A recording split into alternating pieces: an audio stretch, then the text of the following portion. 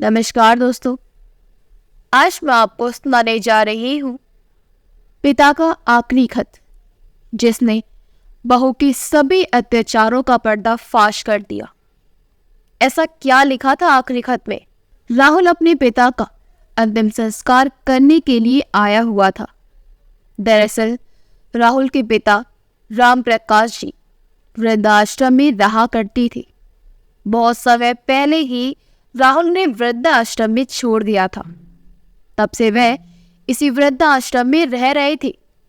यहाँ रहते रहते सभी लोग एक परिवार की तरह रहने लगे थे, क्योंकि वह सच को अपना चुकी थी कि उनके परिवार वाले अब उनसे कोई मतलब नहीं रखना चाहते, और अब जो भी है बस यही है।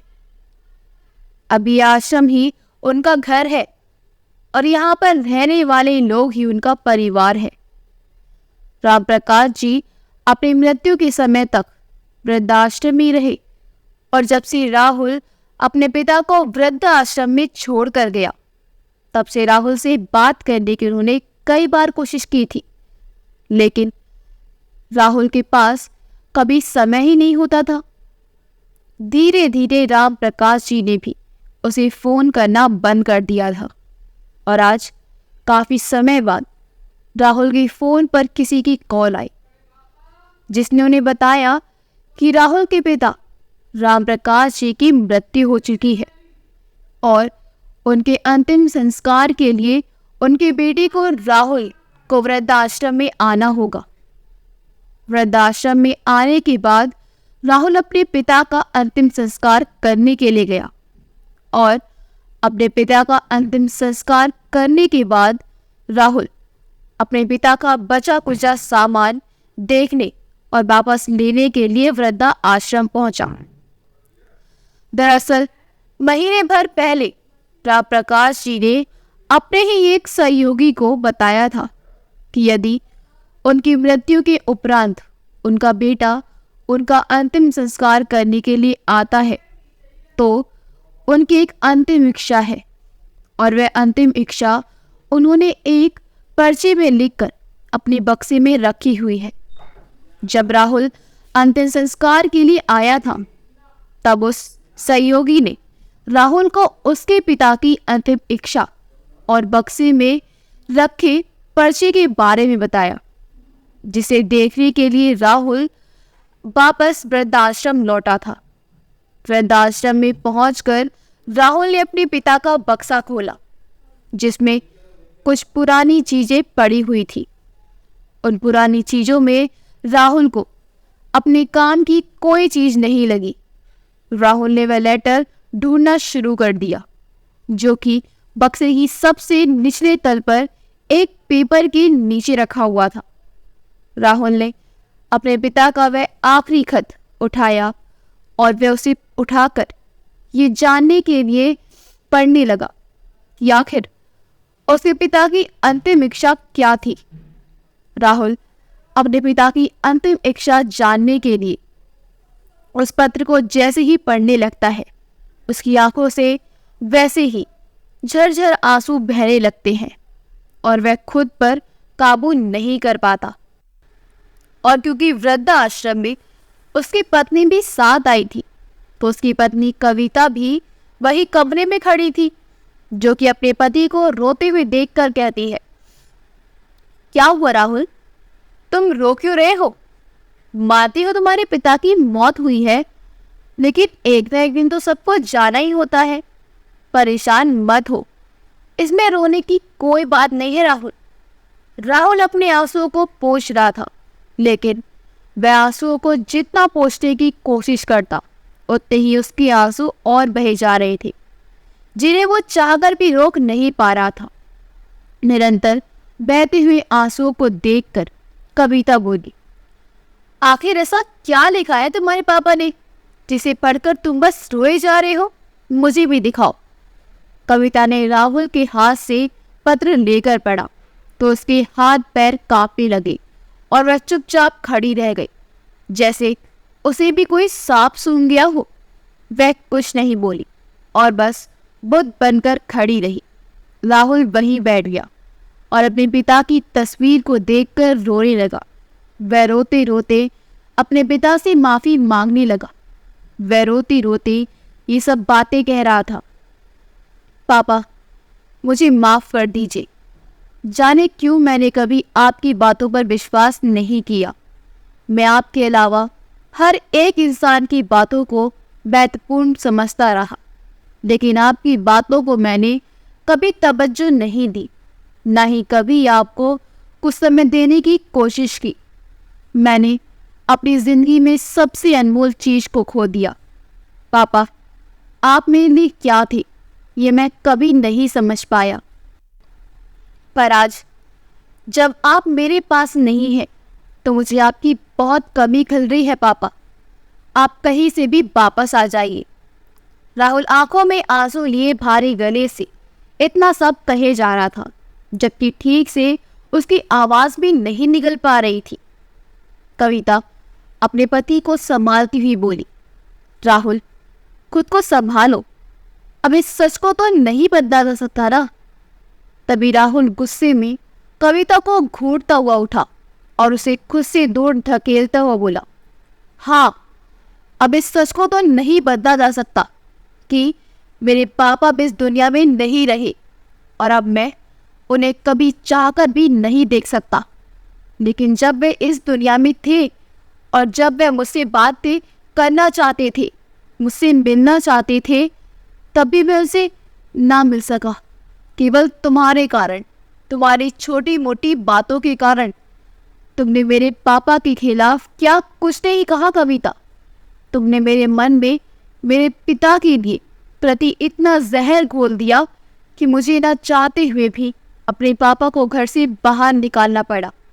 और मेरे पापा बस मुझसे बार बार कहते रहे कि उनकी कोई गलती नहीं है, उनकी कोई गलती नहीं है और उन्होंने कुछ नहीं किया। लेकिन मैंने उनकी कोई बात ना सुनकर तुम्हारी हर एक बात पर विश्वास किया और तुमने मुझे इतना बड़ा धोखा दिया। अगर आज मेरे पापा मेरे लिए ये लेटर्स छोड़कर नहीं जाते तो मैं कभी भी सच जान ही नहीं पाता और हमेशा ही अपने पापा को बुरा समझता रहता। कविता, मैं तुम्हें इस गलती के लिए कभी माफ़ नहीं करूँगा। तुमने कोई छोटी मोटी गलती नहीं की है, बहुत बड़ा गुनाह किया है और इस गुनाह की कोई माफ़ी नहीं है। चली जाओ मेरी नज़रों के सामने से, मैं तुम्हें कभी माफ़ नहीं कर सकता।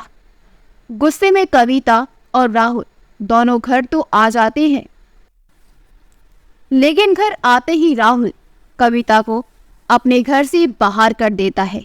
कविता रोती रोती घर से चली जाती है और अगले ही दिन कविता की माँ और उसका भाई कविता को लेकर राहुल के घर आते हैं। कविता की माँ राहुल पर चिल्लाते हुए कहती है, राहुल, तुम्हारी हिम्मत कैसी हुई मेरी बेटी के साथ ऐसा बर्ताव करने की?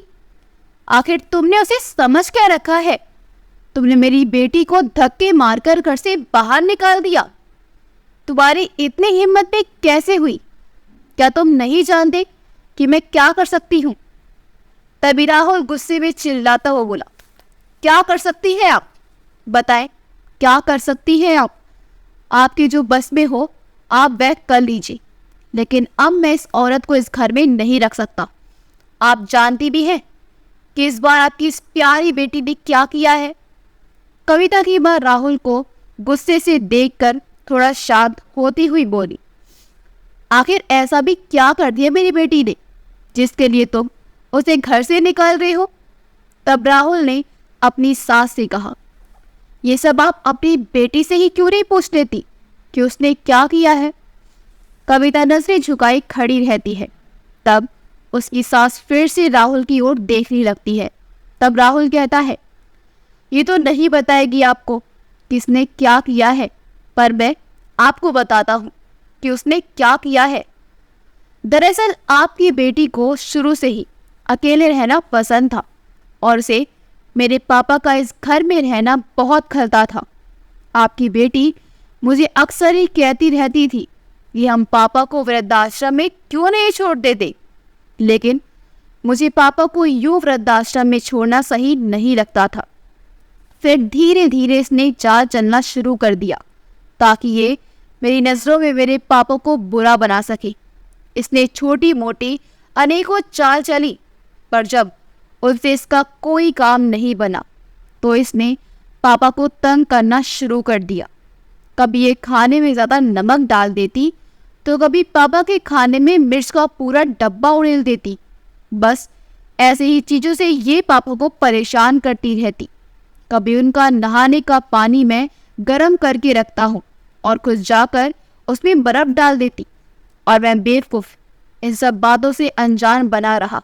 मुझे तो ये सब कभी पता ही नहीं चल पाया। इतना सब होने के बाद भी मेरे पापा ने कभी भी मुझसे इसकी शिकायत तक नहीं की, केवल इसलिए कि मेरा परिवार ना बिखर जाए। लेकिन फिर भी इसे ज़रा शर्म नहीं आई और उसने अपनी ऐसी ही घटिया हरकतों को जारी रखा। लेकिन मुझे तो इन सब चीज़ों के बारे में कुछ पता ही नहीं था। मैं तो सोच रहा था कि कविता बहुत अच्छी है और मेरे बाद मेरे पापा का बहुत ख्याल रखती है, पर सच्चाई तो कुछ और ही थी। ऐसे ही एक दिन जब मैं ऑफिस से आया तो कविता ने मुझसे कहा, राहुल, मैंने अलमारी में थोड़े पैसे रखे थे, लेकिन मुझे अब वे पैसे नहीं मिल रहे हैं। तो मैंने कविता से कहा कि शायद तुम्हें ध्यान नहीं रहा होगा और तुम बाजार में ही पैसे ज़्यादा खर्च कराई होगी, या फिर तुमने ही पैसे कहीं गिरा दिए होंगे और अब तुम घर में आकर ढूंढ रही हो। अगर पैसे घर में रखे होते तो भला कहाँ जाते? तब कविता ने मुझसे कहा, देखो राहुल, घर में तुम्हारी, मेरी और पापा जी के अलावा और कोई नहीं है, तो पैसे भला कहाँ चले गए? मुझे ये सब सुनकर बहुत गुस्सा आया और मैं कविता पर चिल्ला बैठा कि तुम कैसी बातें कर रही हो कविता? तुम पापा के बारे में ऐसा सोच भी कैसे सकती हो? पापा को भला क्या जरूरत है पैसे चुराने की? जो कुछ भी है सब उनका ही तो है। कविता ने उस वक्त तो कुछ नहीं कहा। फिर कुछ दिनों बाद जब हमें एक रिश्तेदार के यहाँ शादी में जाना था, तब कविता ने मुझसे कहा कि उसकी अलमारी में ना ही तो उसके गहने हैं और ना ही वह 7 लाख रुपए है जो मैंने उसे 1-2 दिन पहले ही संभाल कर रखने को दिए थे।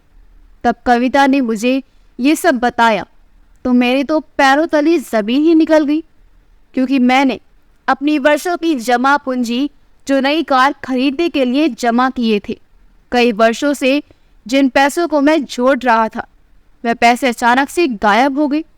तो मैं बहुत परेशान हो गया और मैंने कविता से कहा, कविता देखो, यही कहीं होंगे पैसे। और मैं और कविता दोनों पूरे घर में पागलों की तरह पैसे ढूंढने लगे, लेकिन हमें पैसे कहीं नहीं मिले और ना ही कविता के गहने मिले। तभी पापा बाहर बगीचे से घूमते हुए आए और कविता पापा को देखते ही कहने लगी, राहुल, आज तुम चाहे जो भी कहो, मैं चोर को पकड़ कर ही रहूंगी। इतना कहते हुए कविता बिना कुछ सोचे समझे पापा के कमरे में घुस गई। पापा कहते रहे कि ये सब तुम क्या कर रही हो बहू, और अचानक मेरे कमरे में सारा सामान इधर उधर क्यों कर रहे हो? कविता बोली, चोर को निकालने की कोशिश कर रही हूँ। जिस चोर ने चोरी की है उसको सबके सामने लाने की कोशिश कर रही हूँ। बात को बढ़ाते हुए कविता ने सारा सामान इधर उधर किया और सारा सामान ढूंढने लगी। तभी पापा की अलमारी से नोटों की गड्डियाँ और कविता के गहने ही नीचे गिर पड़े, जो कि पापा के कुर्ते के अंदर रखे हुए थे। ये सब देखकर मैं भी बौखला गया और मुझे भी लगा कि शायद कविता सही कहती है, मैं ही उसे गलत समझ रहा हूँ। इन सब बातों को सोचते हुए मैंने कविता की बात को मानते हुए पापा को वृद्धाश्रम भेज दिया। जब पापा वृद्धाश्रम जाने के लिए तैयार नहीं हुए तो मैंने खुद उनके कपड़े पैक किए और उन्हें कहा कि या तो वह खुद कमरे से बाहर आ जाएं, वरना मुझे मजबूरी में उन्हें घसीटते हुए घर से बाहर निकालना होगा। इतना कहकर मैं कमरे से बाहर आ गया और कुछ ही देर बाद पापा भी अपने बक्सा लेकर कमरे से बाहर आ गए। पापा की आंखें बिल्कुल सूजी हुई थी, शायद वह पूरी रात रोते रहे। पापा मुझे बस यही कह रहे थे कि मैं नहीं जानता बेटा, ये सब सामान में कैसे आया? मुझे नहीं पता कि ये सब किसने किया है, पर मैंने आपकी बेटी की बातों में आकर उनकी एक न सुनी और मैं उन्हें वृद्धाश्रम ले गया।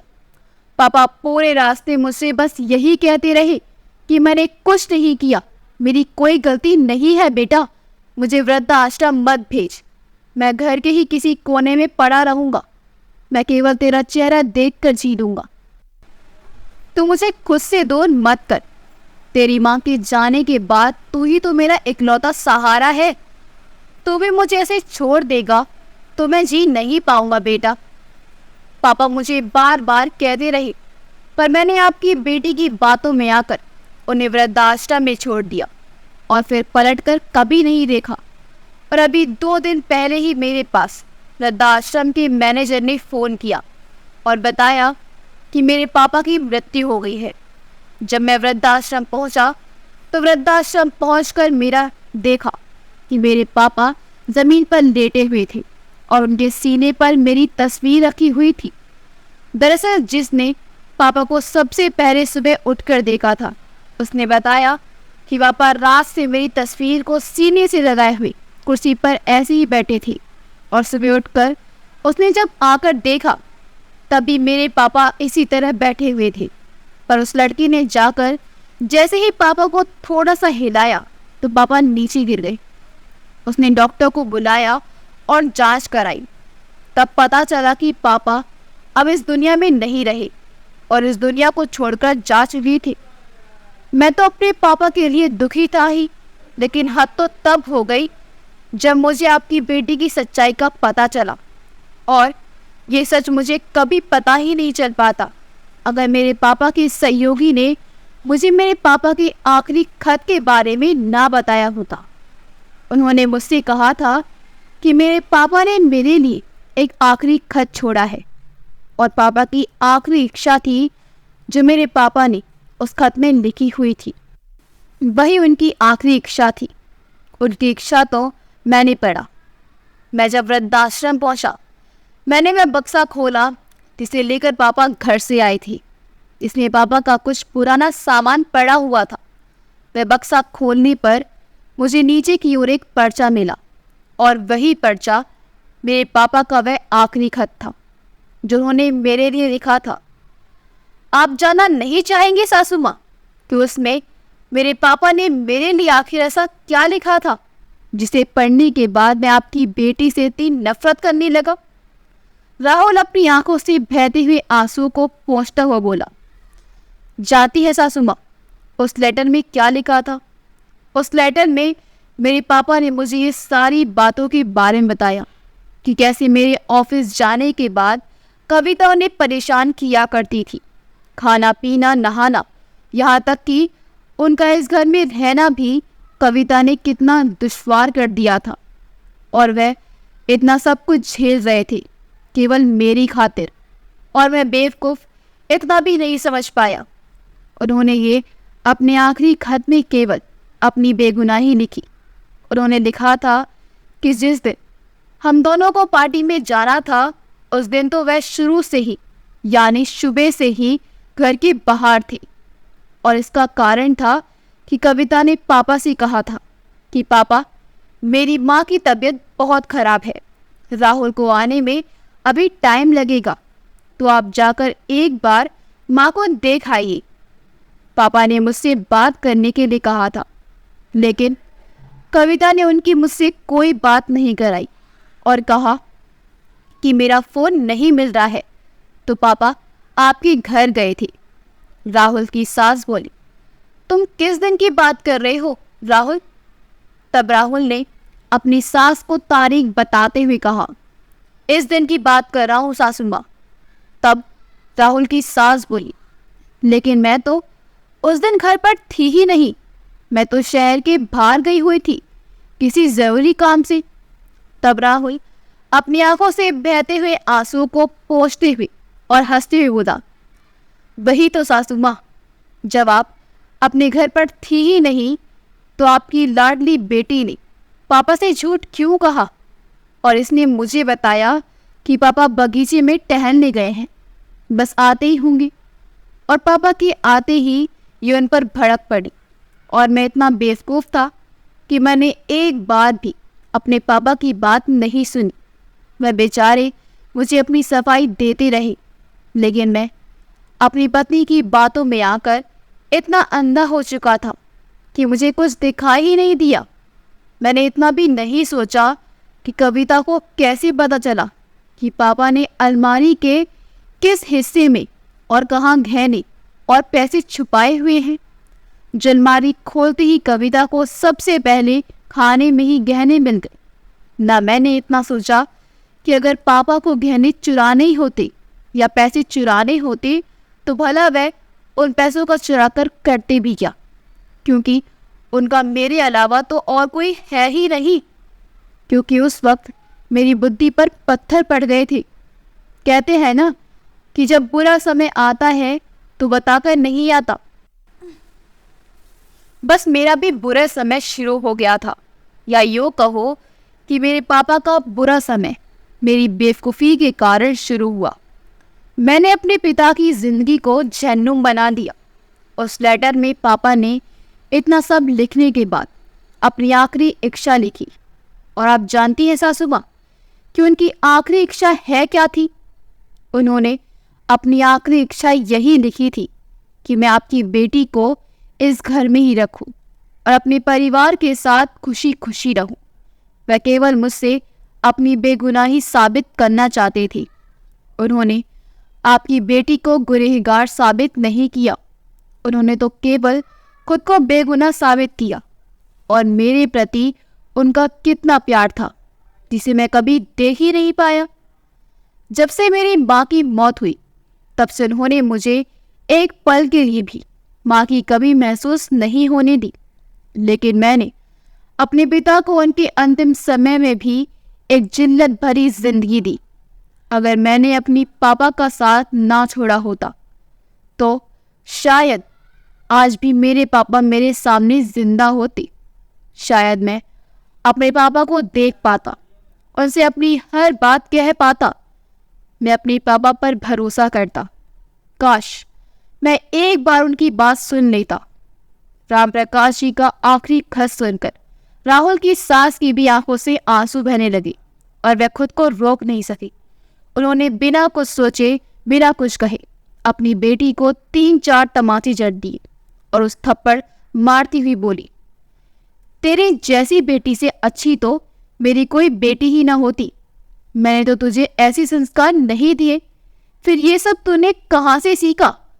तूने एक बार नहीं सोचा कि जैसा तू अपने ससुर के साथ कर रही है वैसा यदि तेरी माँ के साथ होता तो मुझे कैसा लगेगा? राहुल की सास ने अपनी बेटी को बहुत भुला भरा कहा और यहाँ तक कि उसे बहुत बातों से जलील किया। लेकिन जाते जाते राहुल की सास ने रुककर दोबारा राहुल से कहा, राहुल बेटा, मैं समझ सकती हूँ कि इस वक्त तुम्हारे दिल पर क्या गुजर रही है, और मैं तुमसे ये बिल्कुल नहीं कहूँगी कि तुम तुरंत मेरी बेटी को माफ़ कर दो। लेकिन मैं तुमसे इतना ज़रूर कहूँगी कि तुम्हारे वही पापा जिन्हें तुम्हें इतना प्यार करती थे, जिन्हें एक गलत फैमिली के कारण तुम्हें खुद से दूर कर दिया, अगर तुम सच में अपने पापा की इज्जत करती हो तो तुम्हें उनके फैसले की भी इज्जत करनी चाहिए। और अभी तुमने ही बताया कि तुम्हारे पापा का आखिरी फैसला या उनकी आखिरी इच्छा क्या थी। अभी तुमने ही कहा कि तुम्हारे पापा की आखिरी इच्छा थी कि तुम अपने परिवार के साथ खुशी खुशी रहो। मैं मानती हूँ राहुल, ये सब भूलना तुम्हारे लिए इतना आसान नहीं है, लेकिन तुम कविता को अपने घर से निकालकर अपने पिता की आज्ञा का उल्लंघन मत करो। उनके जीते जी तुमने उन्हें बहुत दुख पहुंचाया और उन्हें जीते जी तो उन्हें बहुत तड़पाया। लेकिन मैं तुम्हारे हाथ जोड़ती हूँ बेटा, अपने पिता की मौत के बाद कम से कम उनकी आत्मा को तो शांति दो। जो वे चाहते हैं कम से कम उनकी मौत के बाद तो तुम वही कर सकते हो ना। अपनी सास की बात समझते हुए राहुल ने अपनी पत्नी को घर में रख तो लिया, पर वह उसकी गलती के लिए उसे माफ़ नहीं कर पा रहा था। पर उसने अपने पिता की आखिरी इच्छा मानते हुए उसको घर में रहने दिया। और अब कविता अपने पति का अपने प्रति व्यवहार देखकर रात दिन खुद को कोसती रहती। उसने आखिर क्यों अपने बसे बसाए परिवार को उजाड़ दिया? अब वह सोचती है कि उसने अपने ससुर के साथ आखिर इतना गलत क्यों किया।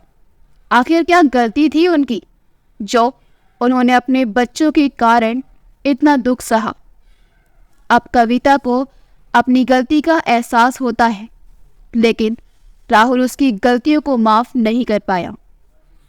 पर कविता को उम्मीद है शायद एक दिन राहुल उसे माफ कर देगा, क्योंकि अब कविता अपने ससुर जैसे बूढ़े व्यक्तियों की मदद करने में सबसे आगे रहती है, लेकिन राहुल उससे ही खिंचा खिंचा सा रहता है।